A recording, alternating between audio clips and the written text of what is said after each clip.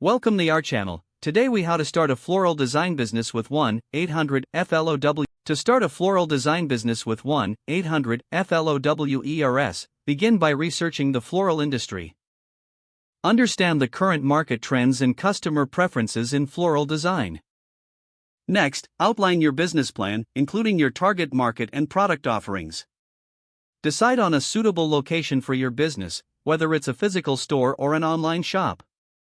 Register your business with the necessary local or state authorities to obtain your operating license.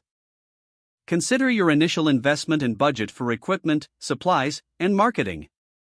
Develop relationships with wholesalers to procure fresh flowers and supplies at competitive prices. Look into partnerships or collaborations with local event planners and wedding coordinators to expand your client base. Design a portfolio showcasing your best work to attract potential customers.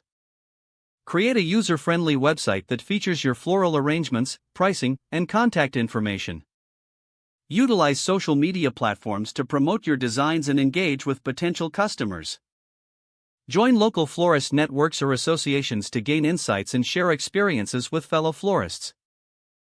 To enhance your skills, consider taking floral design classes or workshops. Set up a reliable delivery system to ensure your arrangements arrive fresh and on time. Monitor customer feedback closely to improve your services and offerings continually. Adjust your marketing strategies based on your business performance and customer preferences. Establish a loyalty program to encourage repeat business from satisfied customers. Stay updated on seasonal trends and provide unique, themed arrangements throughout the year. By following these steps, you can successfully launch a floral design business with 1-800-FLOWERS. If the page does not load, refresh the browser or try again in a private or incognito window. Make sure you are using the correct email address, then retype it carefully to avoid small typos. If your password is not accepted, use the reset option and create a new strong password you can remember. Check your spam folder for verification or security emails, then complete any requested confirmation steps. Enable two-factor authentication if available to improve account security and reduce unauthorized access risk. After signing in, review your profile details so your contact information and settings are accurate and current. If you see an error message, note it down and try again after restarting your device and internet connection.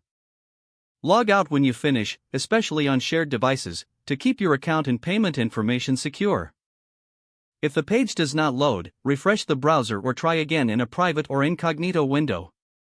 Don't forget to like this video and subscribe to our channel for more step-by-step tech guides.